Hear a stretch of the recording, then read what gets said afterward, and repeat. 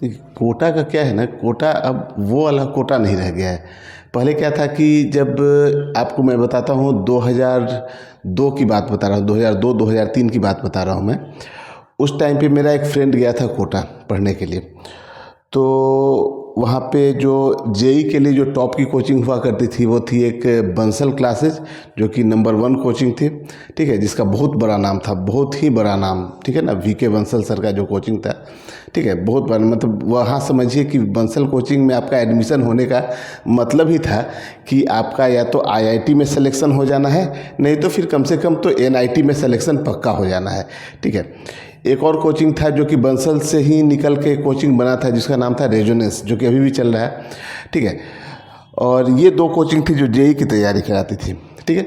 तो उस समय क्या होता था ना कि कोटा में बहुत सारी ऐसी कोचिंग चलती थी ना, जो ये कहता था कि मैं बंसल कोचिंग के एडमिशन के लिए तैयारी कराता हूँ, है ना, कि मेरे यहाँ आप पढ़िएगा तो यहाँ से आप फिर टेस्ट दीजिएगा बंसल कोचिंग का, तो आपका बंसल कोचिंग में एडमिशन होगा, ठीक है ना। तो वो दौर था एक, ठीक है। और एक आज का दौर है कि मतलब जो एडमिशन टेस्ट नहीं, स्कॉलरशिप टेस्ट हो रहा है, ठीक है ना। और स्कॉलरशिप भी ऐसा टेस्ट है ना कि कोई भी बच्चा जो है ना, जिसका अभी 10th में रिजल्ट आया और वो फेल कर गया, ठीक है, वो भी स्कॉलरशिप टेस्ट में जो है ना 10-20-50% स्कॉलरशिप ले आया हुआ है। तो ऐसा तो चल रहा है, मतलब बेवकूफ़ बनाने का तरीका, और लोग ऐसे में फंस जा रहे हैं, ठीक है। जब जब पेरेंट्स को तो ये बात पूछना चाहिए ना कि जब मेरे बच्चे को आप स्कॉलरशिप दिए, ठीक है, तो फिर मेरे बच्चे का सिलेक्शन तो पक्का तो कम से कम होना चाहिए ना। जब बच्चा इतना इंटेलिजेंट है, ठीक है, कि वो आपके कोचिंग में स्कॉलरशिप पा ले रहा है और उसके बाद भी उसका सिलेक्शन नहीं हो रहा है। कुछ बच्चे तो ऐसे भी है जो 12th में फेल कर जा रहे हैं, ठीक है।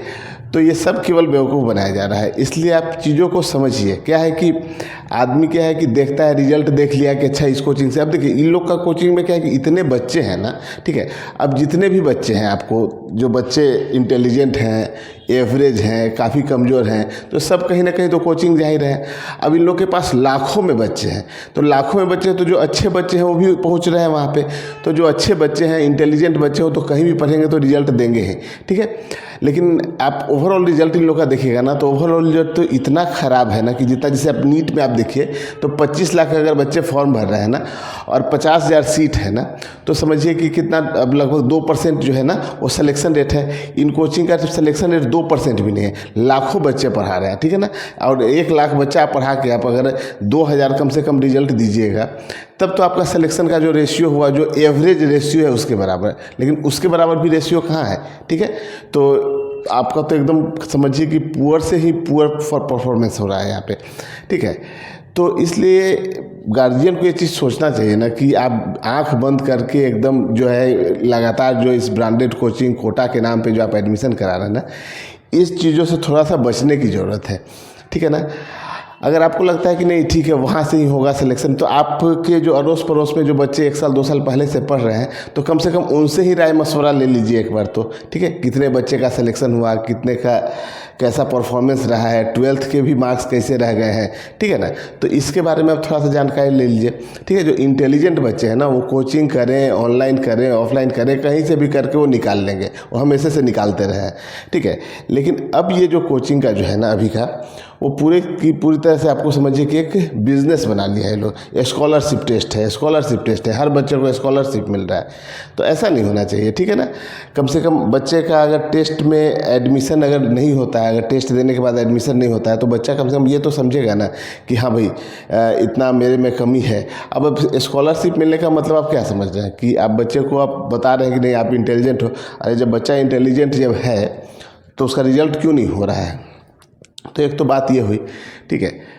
तो कोचिंग में एडमिशन से पहले थोड़ा सा इन सब चीज़ों के बारे में आप लोग गहन अध्ययन कर लीजिए। ऐसा नहीं हो कि जैसे क्या होता है कि अब बच्चा को यहाँ से कोटा भेज दिए पढ़ने के लिए, बच्चा चला गया कोटा, अब उसको पढ़ाई समझ में नहीं आ रही है, वहाँ पे टेस्ट में परफॉर्मेंस ख़राब आ रहे हैं और पेरेंट्स उस पर दबाव बनाए हुए हैं कि आपका टेस्ट में परफॉर्मेंस इतना ख़राब क्यों है, ठीक है। कुछ बच्चे का तो अच्छा रहेगा ही, तो जिन बच्चों का अच्छा है उससे आप कंपेयर करने लगते हैं। तो चलिए बच्चा एक बार समझ ले कि नहीं ठीक है, टेस्ट में हमसे नहीं हो पा रहा है, टेस्ट में ख़राब नंबर हम नहीं बताएंगे। लेकिन अब ये हो रहा है कि अब कोचिंग वाले मैसेज कर दे रहे हैं पेरेंट्स के नंबर पे कि देखिए आपके बच्चे का नंबर इतना आया है, ठीक है। अब बच्चे को पढ़ाई समझ में नहीं आया, बच्चा जीत करके कोटा चला गया था, कि हाँ भाई मुझे तो कोटा में जाकर पढ़ना है, तैयारी करना है, तो बच्चे को उस समय कहाँ मालूम था। अब आप उस पर दबाव बनाइएगा रिजल्ट को लेकर, ठीक है, बार बार आप टोकिएगा उसको, और उतने बड़े बड़े भीड़ में उस बच्चे को जेई का सिलेबस, नीट का सिलेबस क्या समझ में आएगा, जो 10th पास करके एवरेज बच्चा गया हुआ है। वहाँ पर आप जो देख रहे हैं ना कि कोटा से ऐसा रिजल्ट है, रैंक 1, रैंक 2, रैंक 5, इस तरह का जो रिजल्ट आप देख रहे हैं ना, वो बच्चे हैं ना जो 6th क्लास 7th क्लास से ही जेई की तैयारी में लगे हैं, और समझिए 8th 9th और 10th में तो वो 11th 12th का पूरा एक आपको जेई और नीट लेवल का क्वेश्चन जो है ना वो करके बैठे हुए हैं। वो लोग रिजल्ट दे रहे हैं, और आप सोच रहे हैं कि आपका बच्चा 10th पास करके जा रहा है और जेई में आपको उतना अच्छा परफॉर्म करने लगेगा, टेस्ट में उतना अच्छा नंबर लाने लगेगा। अब बच्चे पे आप दबाव डाल रहे हैं। अब बच्चे को तो पढ़ाई नहीं समझ में आ रही है, वो क्या चाहता नहीं है कि उसका रिजल्ट अच्छा हो, लेकिन जब समझ में नहीं आ रहा है, उतना उससे क्वेश्चन प्रैक्टिस नहीं हो पा रहा है, उस लेवल के क्वेश्चन को उतना आसानी से मतलब अचीव नहीं कर पा रहा है उस चीज़ को, उस कॉन्सेप्ट को, और टेस्ट में ख़राब नंबर आया है, तो कम से कम दबाव मत बनाइए। उसी चक्कर में क्या हो रहा है ना कि हर साल आप देखिएगा 2 4 5 बच्चे जो है ना सुसाइड कर ले रहे हैं, क्योंकि पढ़ाई उसको समझ में आ नहीं रही है। अब वो कोटा से पैसा जमा कर दिया तो लौट के आ नहीं सकता है, और टेस्ट में उसका नंबर ख़राब आया है, तो मैसेज आपके मोबाइल पे आ रहा है। आप उसके बाद जैसे मैसेज आया, वो बच्चा टेस्ट के बाद ही डरा हुआ ऐसा रहता है कि कब अब मैसेज गया और मेरे पे फ़ोन आने वाला ही होगा पेरेंट्स का कि इतना ख़राब नंबर क्यों है। उस दबाव को सोचिए, बच्चा एक मासूम सा है, 16 17 साल 15 साल का जो बच्चा है ना, वो कैसे झेल रहा है। इस चीज़ को आप महसूस करिए पहले, ठीक है, तब आप बच्चों को उस तरह का दबाव बनाइए। एक ऐसा माहौल में, एक ऐसे जगह पे कोचिंग को रखिए, बच्चे को रखिए आप वहाँ पे कि जहाँ पे आप जाकर खुद बात करिए, बच्चे से बात करिए, पेरेंट्स जो है जो टीचर से बात करें, ठीक है, और बच्चे की प्रॉब्लम को समझे। अब क्या लगता है आपको कि 100 बच्चे का भीड़ है, 100 बच्चा 150 बच्चा एक बैच में बैठा हुआ है ना, उसमें कितना अच्छा कंसंट्रेट कर रहा है, ठीक है। जो बहुत तेज बच्चे हैं, 2 4 बच्चे जो आगे बैठे हुए हैं, वो पूछ लेते हैं क्लास में, ठीक है, और उन्हीं के अनुसार क्लास चलाया जा रहा है। जो 100 बच्चे हैं जो पीछे बैठे हुए, उतने सारे बच्चे हैं जो कि इस डर से बैठ जाते हैं पीछे कि अब तो समझ में आ नहीं रहा है तो टीचर ना पूछ ले हमसे, ठीक है। उस भीड़ में आपका बच्चा कितना समझ पाएगा, वो आप भी समझ सकते हैं इस चीज़ों को। तो इसलिए ज़्यादा बच्चों पे आप दबाव मत बनाइए, ठीक है, और एक ऐसा कोचिंग आप ढूंढिए, ठीक है। जैसे अब मैं अपनी कोचिंग की तारीफ़ तो मैं नहीं करूँगा, लेकिन देखिए मतलब यहाँ पे जो मेरी कोचिंग है ना, इस कोचिंग में क्या है कि आपको बच्चा यहाँ आकर बैठ के पढ़ेगा। 10 से 15 ही बच्चे का बैच रहेगा, ठीक है, 10-15 बच्चे से ज़्यादा का नहीं। और एक एक बच्चे का जो है ना मैं कॉपी चेक करूँगा कि कहाँ पे दिक्कत आ रही हो, उसके बेंच पे है, उसके साथ बैठ के मैं उसके क्वेश्चन को डिस्कस करूँगा उसी टाइम पे जब मैं पढ़ा रहा हूँ, ठीक है। क्योंकि भीड़ भाड़ में जो है ना वो बच्चा नहीं समझ पाता है, और इस चीज़ को आप महसूस कर सकते हैं। ऐसा नहीं है कि आप समझ नहीं रहे हैं इन चीज़ों को, लेकिन उसके बाद आप ऐसे भीड़ को देखकर और अपने बच्चों को उस तरफ भेज देना ये सही नहीं है, ठीक है।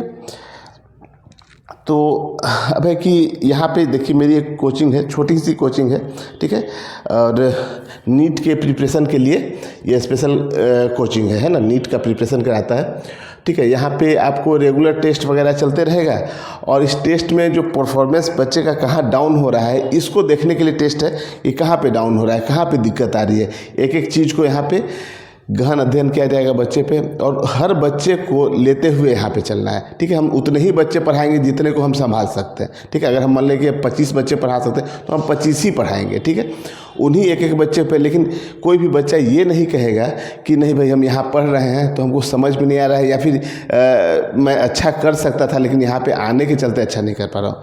इसलिए इसमें सबसे इम्पोर्टेंट चीज़ क्या है ना कि एक बार क्या होता है कि ये लोग जो कोचिंग वाले हैं स्कॉलरशिप दे कर और ये कह कर कि आप एक बार में इतना पैसा जमा कर दीजिए, और बच्चा पैसा देकर और फंस जाता है, उसके बाद वो छोड़ नहीं पाता है।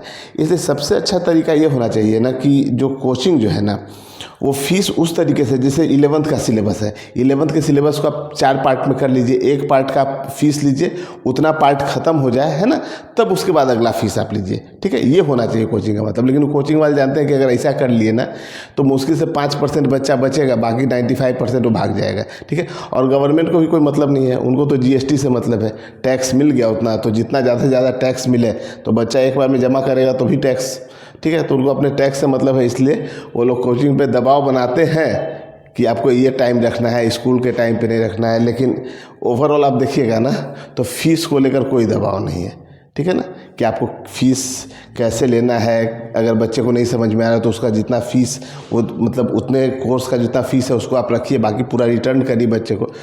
तो ऐसा कुछ ये लोग करते नहीं हैं। सब जो जितने भी नियम कानून है ना वो सब पेन पेपर पर ही है, ठीक है, वास्तव में जो है ना वो कुछ नहीं है, ठीक है।